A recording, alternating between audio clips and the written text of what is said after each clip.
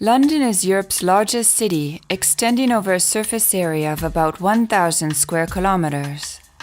With a population of some 7 million people, it is approximately the same size as it was in 1900, when it was the biggest city on Earth. Although it no longer ranks among the world's most populous cities, London is still one of the world's major financial and cultural capitals. The River Thames has served several roles in human history. It is at once an economic resource, a water highway, a boundary, a fresh water source, also a source of food, and more recently a leisure facility. The Marble Arch is a London landmark standing in an area that once represented a dark part of the capital's history, the site of the city's gallows for nearly 400 years. The Marble Arch, like many other elegant spots in London, was designed by architect John Nash.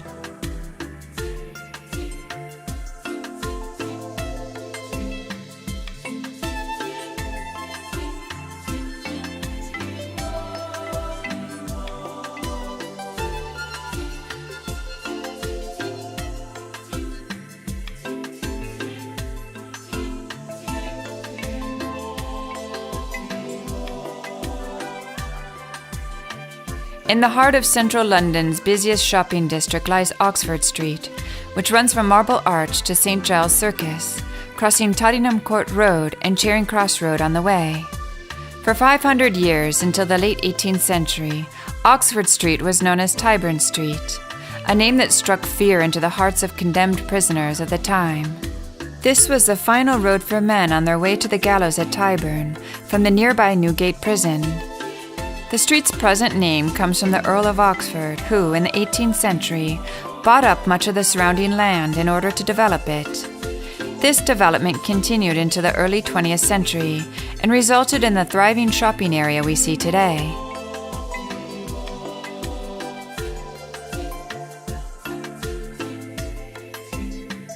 Regent Street was originally part of the Middlesex Forest, a royal hunting ground.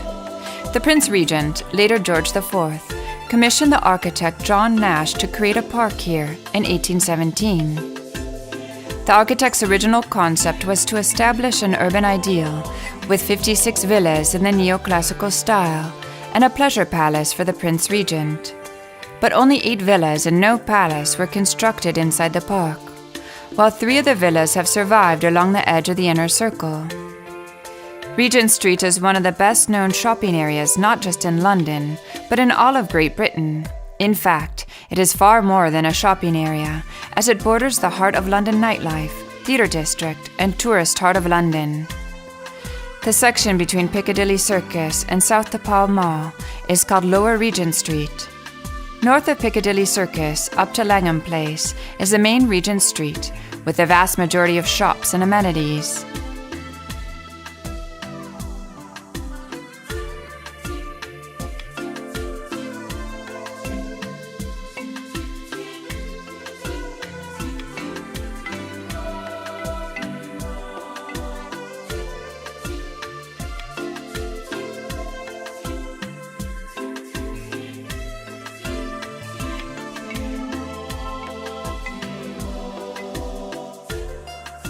Piccadilly Circus is not only a road junction, but also one of the most popular tourist attractions in London. It is situated on the west side of the city of Westminster. The prime location of this bustling area in London adds to the widespread notoriety of this particular attraction. Even those who have not yet visited the city have likely heard the words Piccadilly Circus. The West End of London has been a vibrant centre for culture, entertainment, and the arts for some time, and the areas of Regent Street and Piccadilly Street are no exceptions.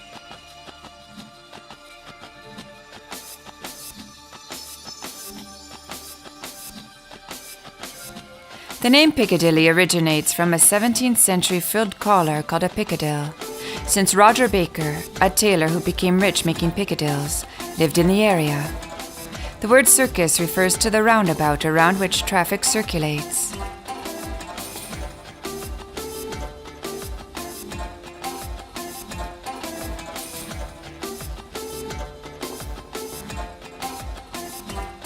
Trafalgar Square's 200-year history has been one of constant change, as the original layout has been modified and updated many times. In 1812, the architect John Nash set about developing a new concept for the space as part of his improvement plans for London. He wanted to develop a new street from Charing Cross to Portland Place, forming an open square in the King's Mews opposite Charing Cross. He wanted the space to be a cultural space, open to the public. One of the most prominent structures in London's Trafalgar Square is Nelson's Column. The Corinthian column was built in 1842 and is approximately 52 meters high, including the base. At the base of the column are 4 huge lions, modeled by Sir Edwin Landseer. There are 4 plinths for statues in the square. Bronze statues stand on 3 of them. General Sir Charles James Napier is on the plinth in the southwest corner of the square, Major General Sir Henry Havelock on the southeast plinth, and King George IV on the northeast plinth. The fountains were added in 1845, and the mermaids, dolphins, and tritons, which are male figures with tails like fish, were installed later. The fountains operate on most days. Trafalgar Square is a site of significant historic value, and its monuments and statues also have individual heritage classifications. The Strand was originally just a little muddy track in London that ran east along the Thames, but by the early 16th century, the well-to-do had settled in and built mansions down to the bank.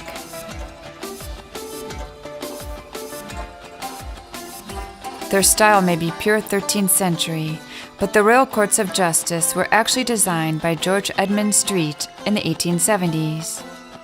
They are where the country's high-profile civil cases are contested.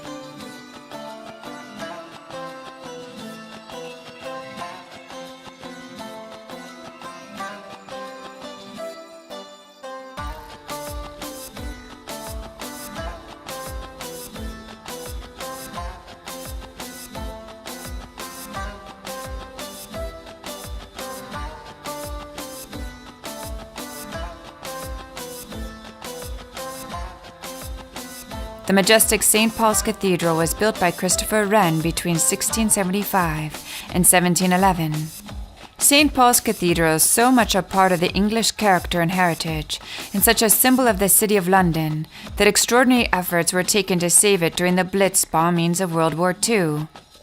The impressive facade at the west side of the church consists of a large portico and pediment. A relief on the tympanum depicting the conversion of Paul dates from 1706. The portico is flanked by 2 towers, which weren't part of the original plan. Wren added them at the last minute in 1707. The dome reaches a height of 111 meters and weighs about 66,000 tons. 8 arches support the dome.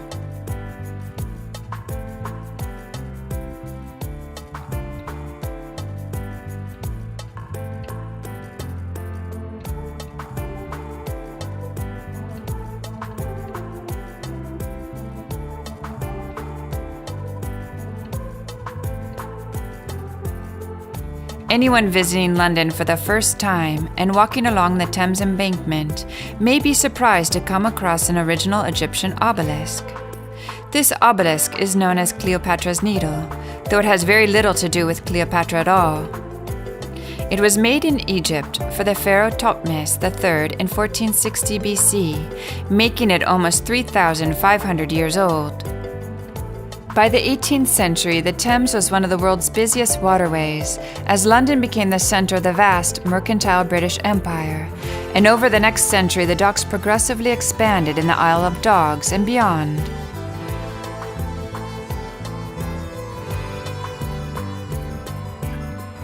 The London Eye, sometimes referred to as the Millennium Wheel, offers patrons one of the best views of the City of London. The London Eye Millennium Wheel has quickly become a popular tourist attraction in London, with about 2 million visitors per year. The main designers of the London Eye Ferris wheel took inspiration from such mammoth viewing structures as the Statue of Liberty, and the London Eye Ferris wheel stands at an impressive 135 meters above the South Thames riverbank.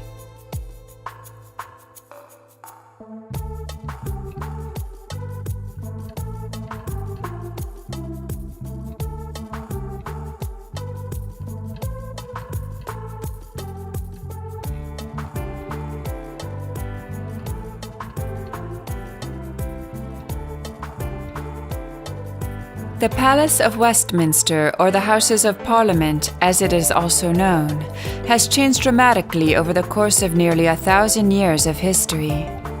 Transformed from a royal residence to the home of a modern democracy, the Palace of Westminster is one of the most recognized buildings in the world.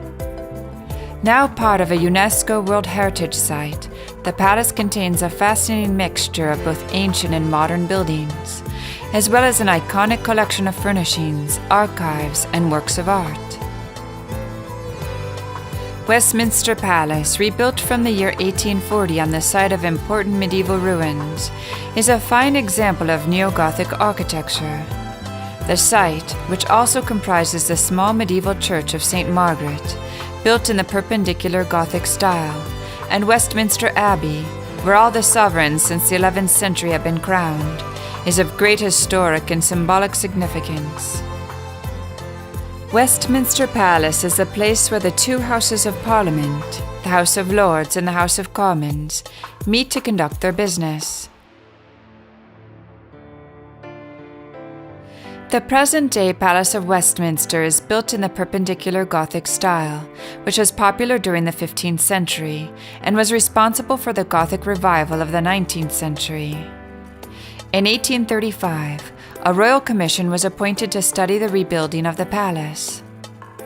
The neoclassical style, similar to that of the White House in the United States, was popular at that time. However, as the design was associated with revolution and republicanism, the commission announced in June 1835 that the style of the building should be either the more conservative Gothic or Elizabethan styles. In 1836, the commissioners organized a public competition to design a new palace. The winning entry was submitted by Charles Barry, who had proposed a Gothic-styled palace in harmony with the surviving buildings. The design and layout of the building were thus carefully designed to serve the needs and workings of Parliament. Barry was also careful to weld the old to the new, so that the surviving medieval buildings, Westminster Hall, the cloisters and chapter house of St. Stephen's, and the Undercroft Chapel, formed an integral part of the whole. At the northeastern end of the palace is the most famous of its towers, the 96-meter-tall clock tower, more commonly known as Big Ben after its main bell. The tower also houses a large four-faced clock designed by Augustus Pugin. The Great Clock of Westminster was first started in 1859. It has become a national symbol and is renowned the world over for its accuracy, which is always to within 1 second. Above the clock faces is the belfry, where the great bell and the 4 quarter bells hang. Together the quarter bells ring the Westminster chimes, a tune based on Handel's Messiah.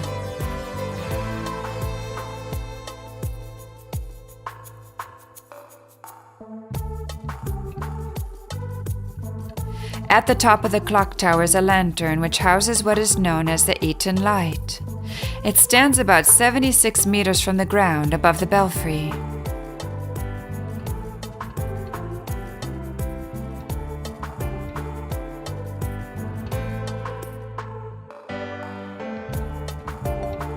Big Ben rang out triumphantly to announce the end of the First World War as people celebrated in the streets. Its voice, communicated via radio during the Second World War, offered reassurance as bombs fell and sirens sounded during the London raids. Located next to the Houses of Parliament in the heart of London, Westminster Abbey is one of the favorite destinations of visitors to the British capital. With its oldest parts dating to the year 1050, the Abbey contains some of the most glorious medieval architecture in London. Westminster Abbey is steeped in more than 1,000 years of history.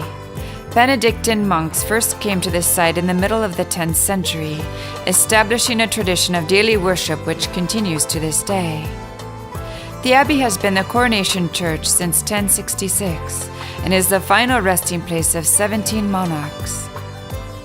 Legend has it that a shrine was first founded here in 616 on a site then known as Thorney Island. While the existence of this shrine is uncertain, the historic abbey was built by Edward the Confessor between 1045 and 1050 and was consecrated on December 28, 1065. The Abbey's two western towers were built between 1722 and 1745 by Sir Christopher Wren and Nicholas Hawksmoor, constructed from Portland stone to an early example of a Gothic revival design. Further rebuilding and restoration occurred in the 19th century under Sir George Gilbert Scott.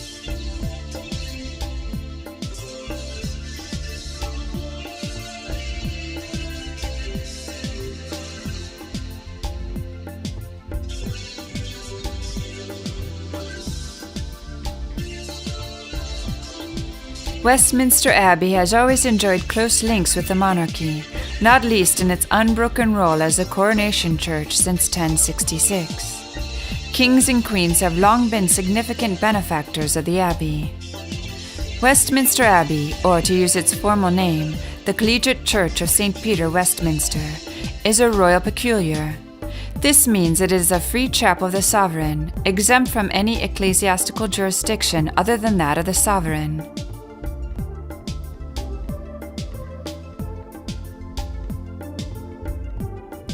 The most recent part of the Abbey is the north entrance, completed in the 19th century.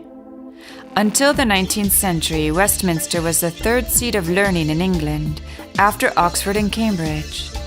It was here that the first third of the King James Bible Old Testament and the last half of the New Testament were translated. The New English Bible was also assembled here in the 20th century.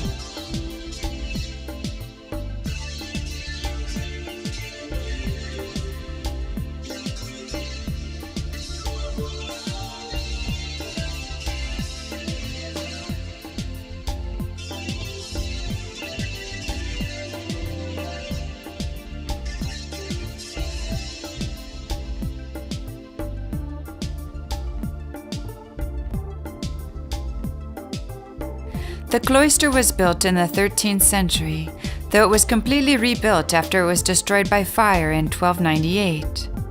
The cloister was used by the Benedictine monks for meditation and exercise.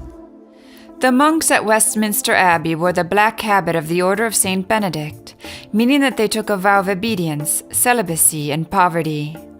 The simple celebration of the daily services in praise of God was their first duty, and work and reading took up the rest of their time.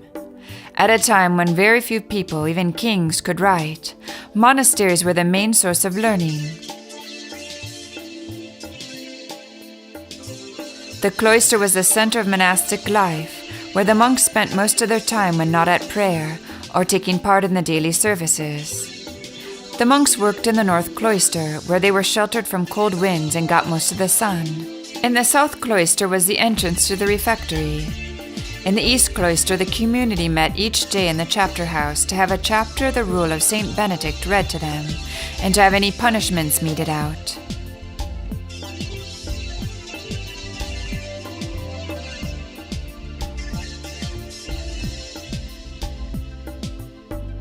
Inside the Abbey, a monument to Sir Isaac Newton stands against the choir screen, in an area often referred to as Scientist's Corner.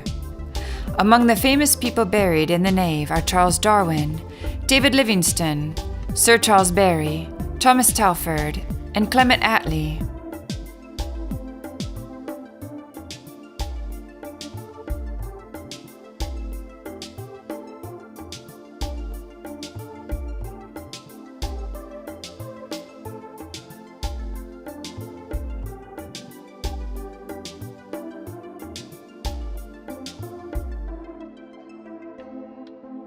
The present nave was nearly 150 years in building. It was begun in 1376 by Abbot Nicholas Litlington, who financed the work with money left by his predecessor, Cardinal Simon Langham.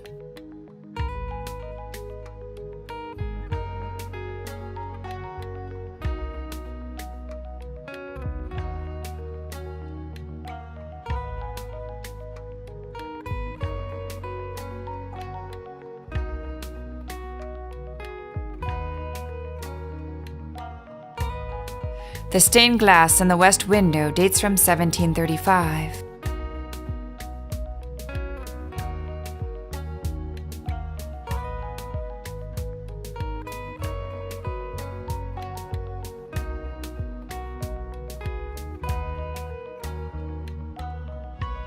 The choir was originally the part of the abbey in which the monks worshipped, but there is now no trace of pre-Reformation fittings, for in the late 18th century Henry Keene, the surveyor at the time, removed the 13th century stalls and designed a smaller choir.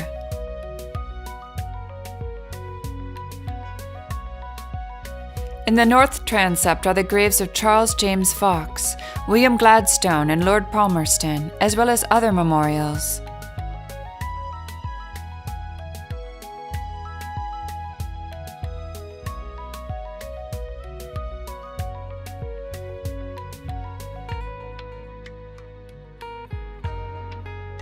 One of the best-known parts of Westminster Abbey, Poets' Corner, can be found in the church's south transept. It was not originally designated as a burial place of writers, playwrights, and poets.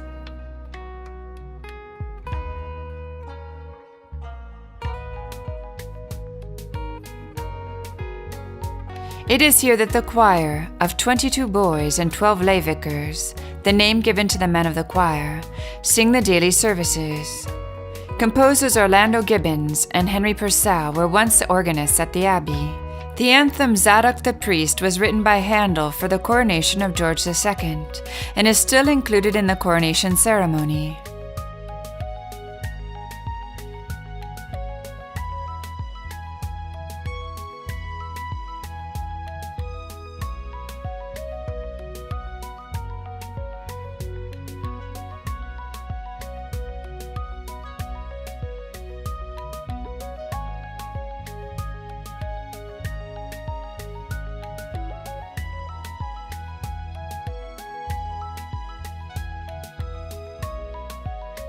Westminster Abbey is also famous for its funerals.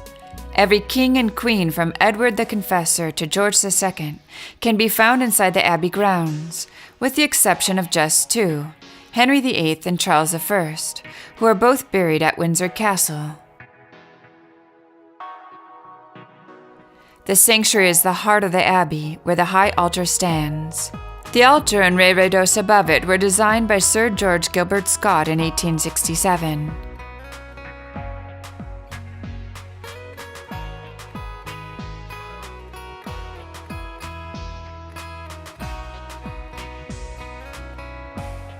The Last Supper mosaic is by Antonio Salviati. On the altar are two candlesticks bought with money bequeathed by a serving maid called Sarah Hughes in the 17th century.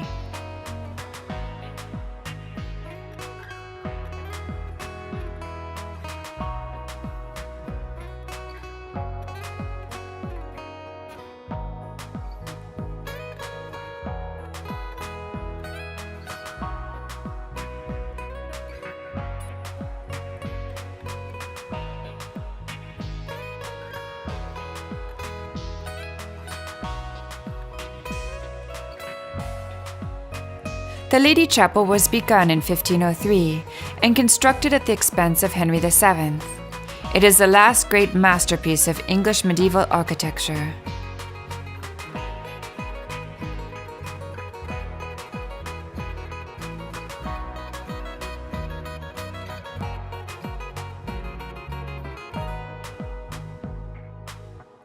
Behind the altar is the black marble sarcophagus of Henry VII and his wife Elizabeth of York, their gilded effigies modeled from their death masks. In 1725, the chapel was first used for installations of Knights of the Order of the Bath, and the heraldic banners of living knights hang above the oak stalls. The outstanding feature of the chapel is a spectacular fan-vaulted roof with its carved pendants. Lining the walls are 95 statues of saints. Behind the altar is the tomb of Henry VII and his queen, Elizabeth of York.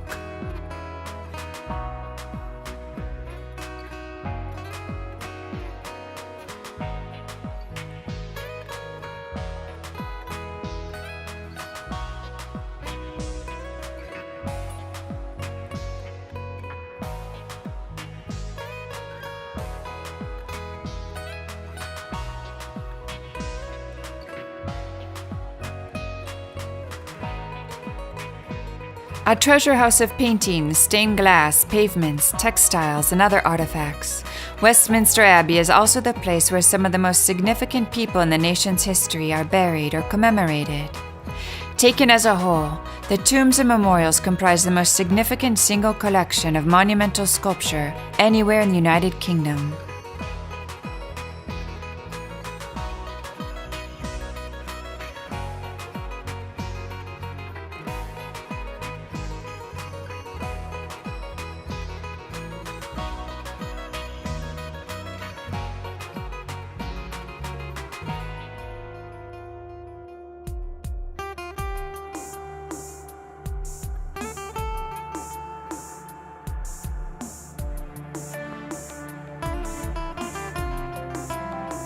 Aristocrats were buried in the side chapels of Westminster Abbey, and monks and people associated with the abbey were buried in the cloisters and other areas.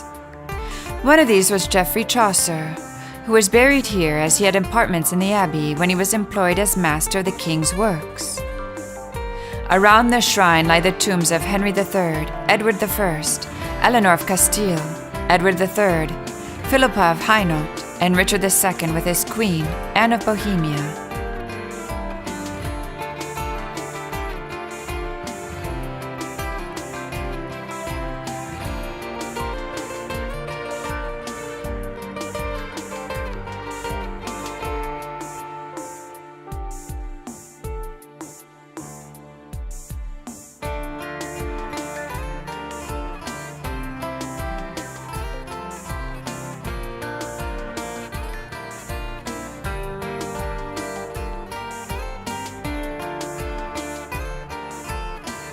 The interior is a veritable museum of English history. Among its many highlights are the medieval coronation throne, Poets' Corner with its memorials to William Shakespeare, Charles Dickens, and other giants of literature, and the tombs of Queen Elizabeth I, Bloody Queen Mary, explorer David Livingstone, and naturalist Charles Darwin.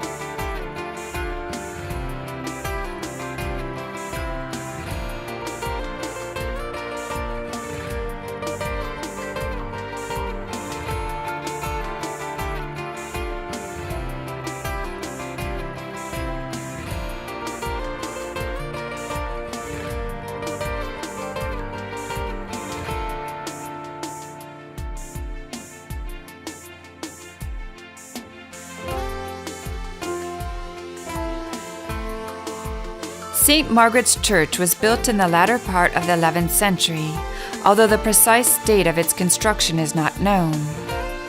From then until the dissolution of the monasteries by Henry VIII in 1540, ministry to the ever-growing population of Westminster was undertaken by the monks of the abbey. This arrangement was the basis for the close relationship between St. Margaret's and Westminster Abbey, which has existed ever since. The monks of the newly founded monastery of St. Peter in Westminster were disturbed by the people who came to hear Mass at the abbey. So they set about building a smaller church next to the abbey, where local people could receive all the sacraments and ministrations of the church, thus leaving the monks in the abbey undisturbed. The church was dedicated to St. Margaret of Antioch. The first church was Romanesque in style and survived until the reign of Edward III. Towards the end of the 15th century, however, the whole church had fallen into such a state of dilapidation that it needed almost total reconstruction. The work continued over many years, and the church was consecrated in 1523.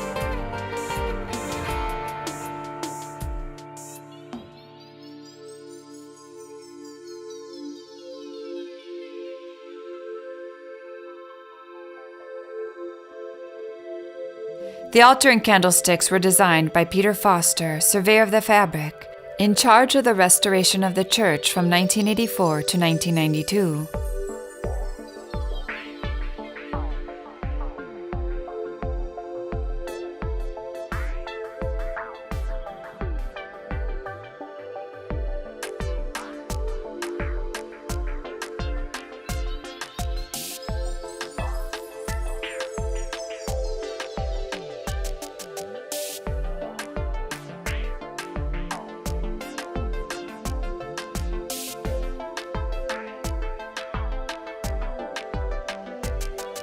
The east window contains some of the finest pre-Reformation Flemish glass in London.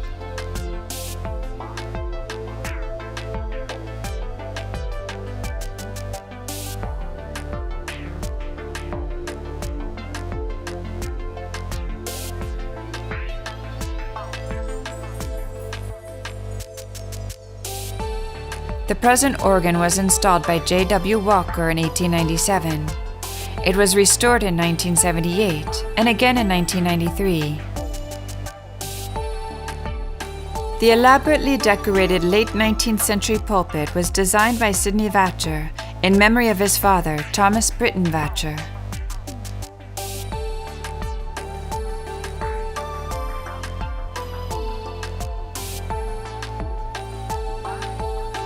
The church is notable particularly for the Flemish stained glass in the east window, presented by Ferdinand and Isabella of Spain on the occasion of the marriage of Prince Arthur, Henry VIII's elder brother, to Catherine of Aragon.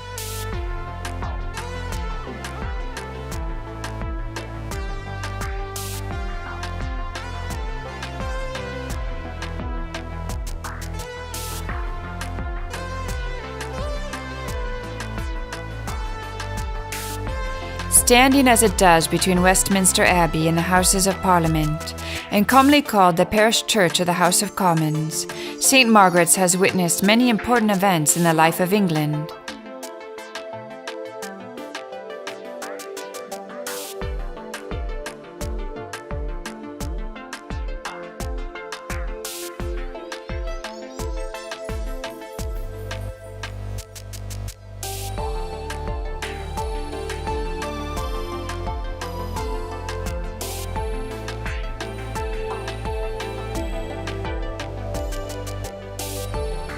Westminster Palace, Westminster Abbey, and St. Margaret's Church, a site of great historical and symbolic significance, were inscribed on the UNESCO World Heritage List in 1987.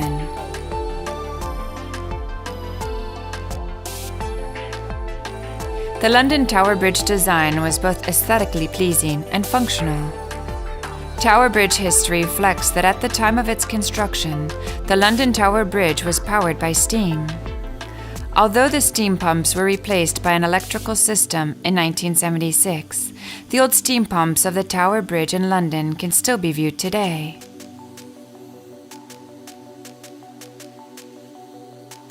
London was founded as a communications centre by the Romans shortly after they invaded Britain in 43 AD. Londinium, as it was called then, was a little village on the Thames, on the route to the provincial capital in eastern England.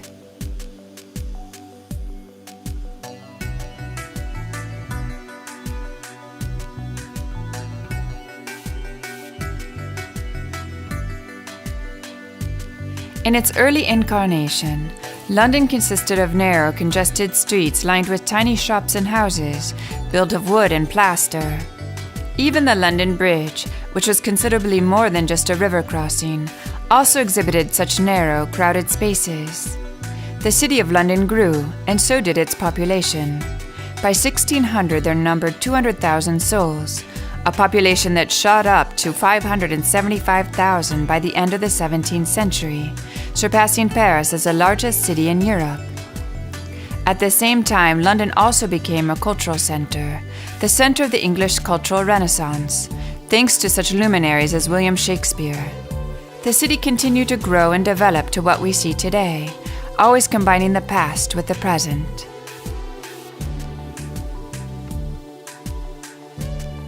Buckingham Palace attraction with a firm place in Buckingham Palace history is the changing of the guard. The changing of the guard generally happens once a day at 11:30 a.m. all year long, during which the new guard takes over from the old guard, all to the accompaniment of a military band, escorting the guard to and from their barracks.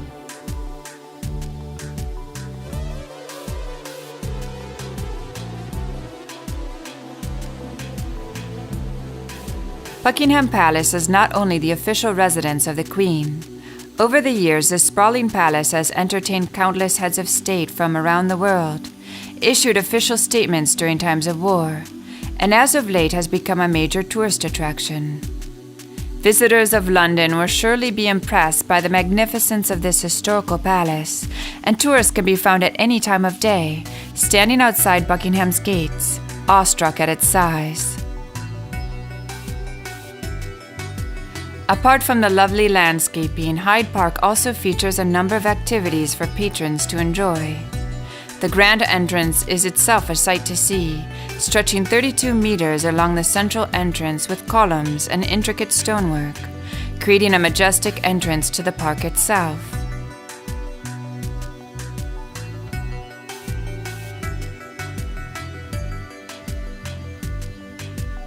Hyde Park is the largest of the parks in London that make up the Green Lung system of London city parks. Hyde Park, London covers an area of 608 acres, and over the years has hosted everyone from the boisterous hunting parties of King Henry VIII in the 16th century to the raucous Rolling Stones in 1969. The London Gardens and Parks, located in the heart of the city, make up one of the largest park systems of any city in the world.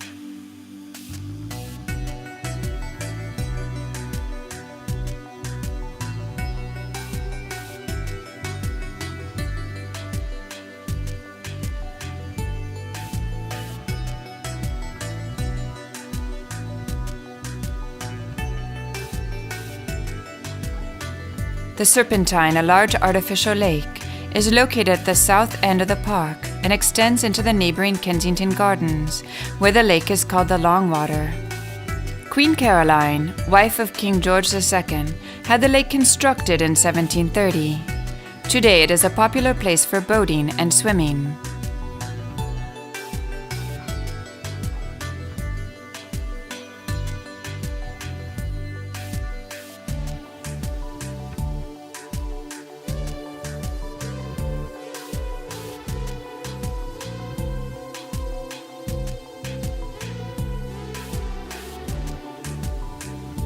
London is divided into many districts, which still seem to function in many ways as separate villages, just as they did in the past, and which have preserved their own characteristic identities. London's many faces offer a wealth of attractions for tourists, including picturesque urban scenery, historical monuments, and vast green parks, as well as important cultural sites such as museums and theaters. Because of its long history and many centuries as the capital of a vast empire, London has many splendid monuments and places of interest for visitors to explore.